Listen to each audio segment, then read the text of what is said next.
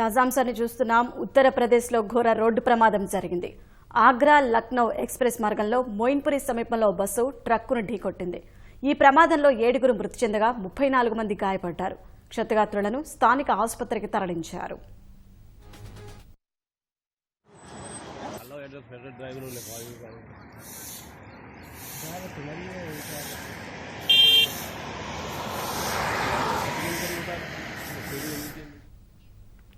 ఉత్తరప్రదేశ్లో ఘోర రోడ్డు ప్రమాదం జరిగింది.